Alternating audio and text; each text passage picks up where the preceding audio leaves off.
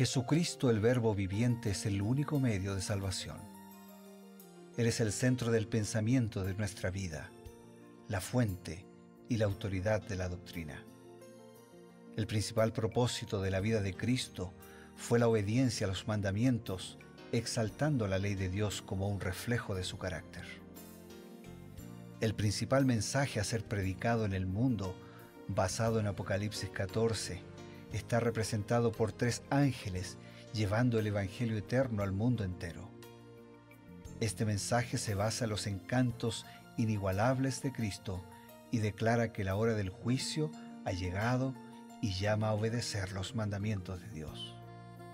Mediante su palabra, Dios ha comunicado a los hombres el conocimiento necesario para la salvación. Las Santas Escrituras deben ser aceptadas como dotadas de autoridad absoluta y como revelación infalible de su voluntad. Y aunque el canon de las Escrituras inspiradas está cerrado, el Espíritu Santo continúa iluminando, amonestando y confortando al pueblo de Dios a través del testimonio de Jesús, el Espíritu de profecía. El camino a la vida se traza a través de un camino angosto que debe ser recorrido con confianza a las promesas que Dios dejó a hombres y mujeres fieles que dedicaron sus vidas hasta la muerte por el Evangelio eterno. Los fundadores de la Iglesia soñaron con el día en que la revelación sería una realidad en sus vidas. Miraron con los ojos de la fe a aquel día glorioso cuando finalmente la promesa sería cumplida en la venida magistral de Jesucristo a esta tierra para recompensar a cada uno según sea su obra.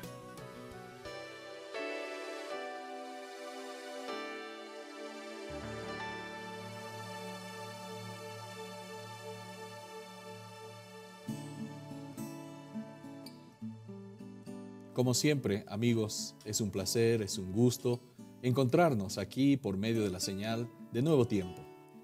Y este es el programa, Creed en sus profetas, en el que compartimos los consejos inspirados de la palabra de Dios, los consejos inspirados del espíritu de la profecía, para todos aquellos que desean profundizar y poder corroborar lo que Dios dice por medio de este don maravilloso dado a su iglesia.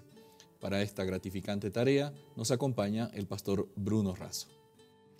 Es un gusto, Pastor Eber, estar contigo, estar también con todos nuestros amigos y estar sobre todo con la palabra de Dios para juntos reflexionar, pensar y también aplicar ese mensaje a nuestra vida.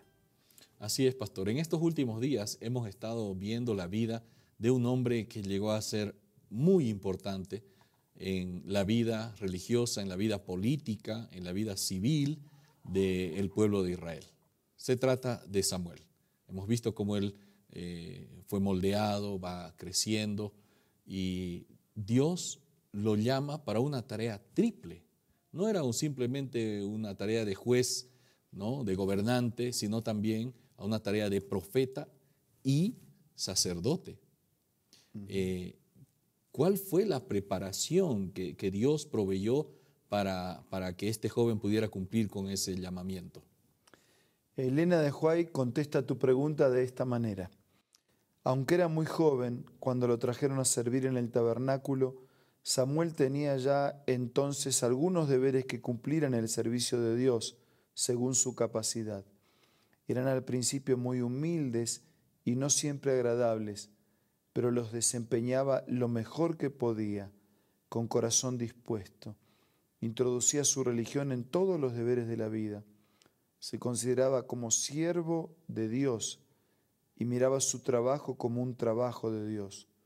Sus esfuerzos eran aceptados porque los inspiraban el amor a Dios y un deseo sincero de hacer su voluntad.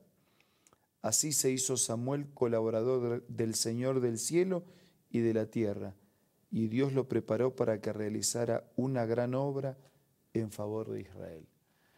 Dios le iba a dar una tarea grande para realizar, pero antes tuvo una tarea pequeña para realizar. Claro.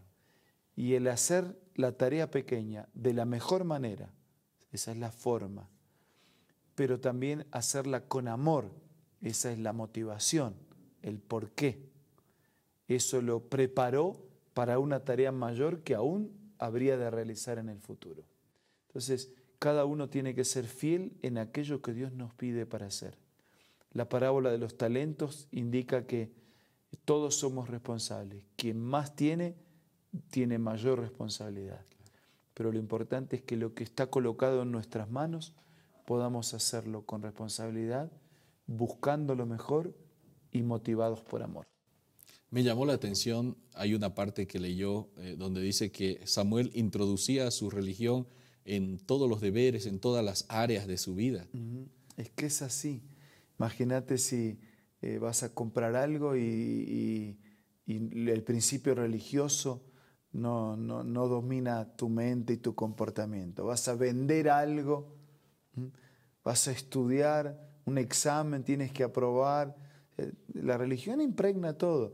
Vas a jugar en una cancha de fútbol, en un parque, y vas a tratar a tu esposa, a tu esposo, a tus hijos, al vecino, al que te trató mal.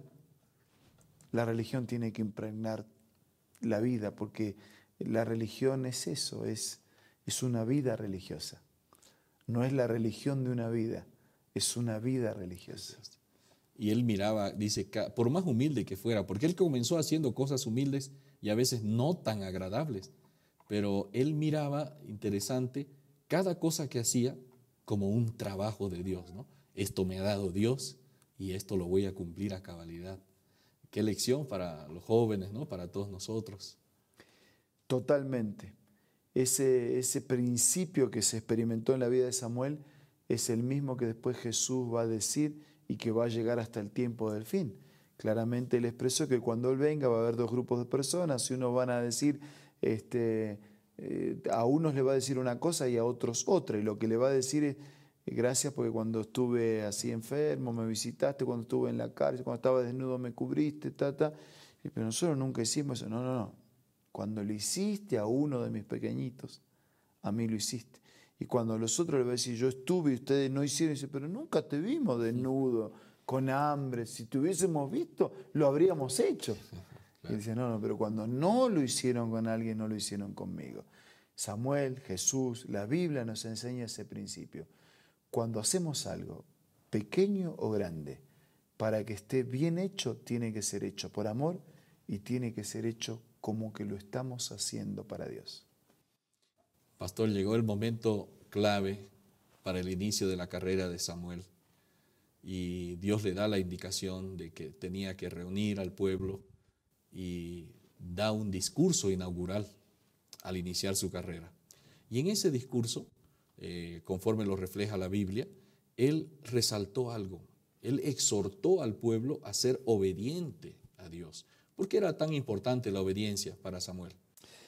Para las naciones, así como para los individuos, el camino de la obediencia a Dios es el sendero de la seguridad y de la felicidad, mientras que por otro lado, el de la transgresión conduce tan solo al desastre y la derrota. Los filisteos quedaron entonces tan completamente subyugados que entregaron las fortalezas que habían arrebatado a Israel y se abstuvieron de todo acto de hostilidad durante muchos años.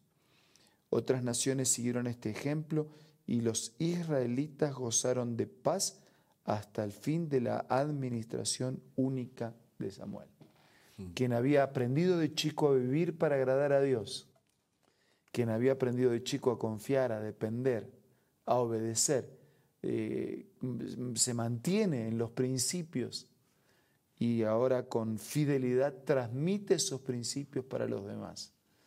Y eso termina siendo una bendición para todos. Los enemigos, los filisteos, quedaron subyugados y no hubo hostilidad.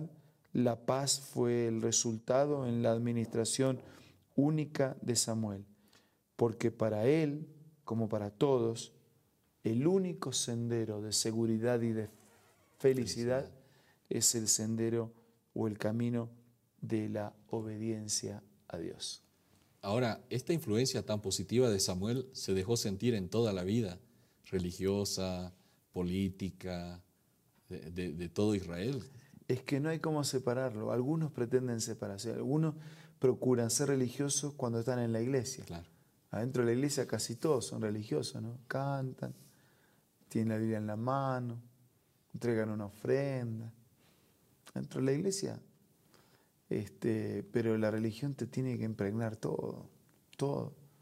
Lo que comemos, lo que tomamos, lo que jugamos, lo que trabajamos, lo que estudiamos, lo que leemos, lo que miramos, lo que decimos.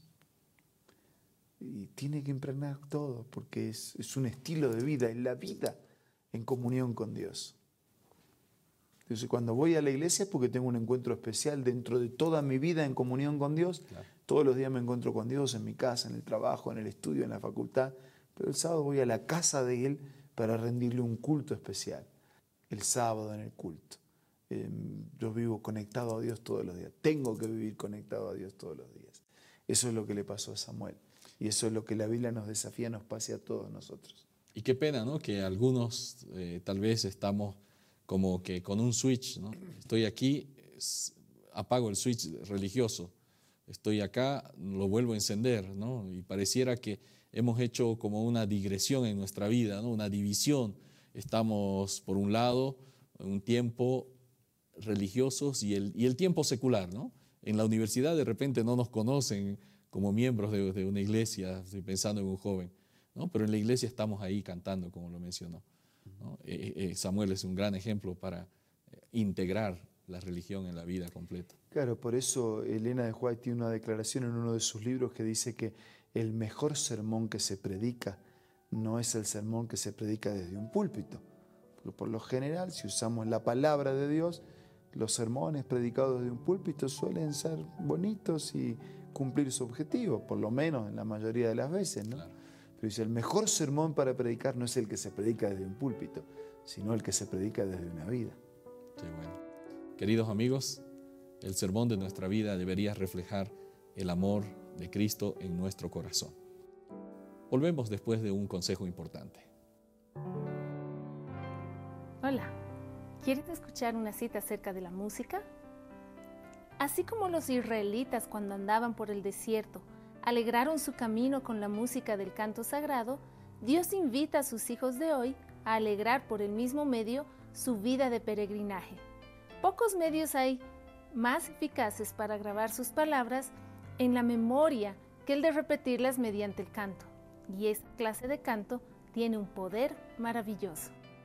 Esta cita puedes encontrarla en este libro hermoso, La Música, escrito por Elena G. de White.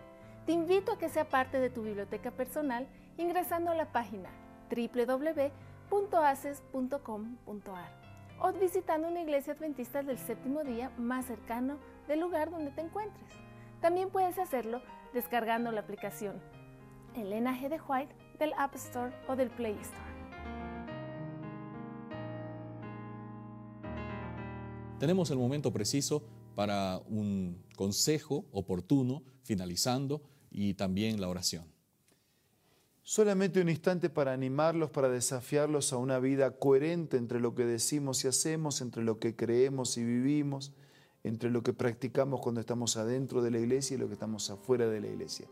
Esa coherencia es la que nos va a hacer felices, es lo que nos va a dar fuerzas cuando enfrentamos momentos difíciles y es la que nos permitirá ser una bendición también para los demás. Ahora vamos a hablar con Dios. Dios eterno, que tu palabra pueda gobernar permanentemente nuestra vida. Que nuestra vida refleje siempre el mensaje de tu palabra. Que en todo lugar se note que caminamos juntos con el Señor. Lo pedimos, lo agradecemos en el nombre de Jesús. Amén. Amén. Esto ha sido Creer en sus profetas y por supuesto tenemos el compromiso, como cada día, de reencontrarnos a través de nuevo tiempo para un nuevo capítulo y una nueva reflexión. Hasta entonces.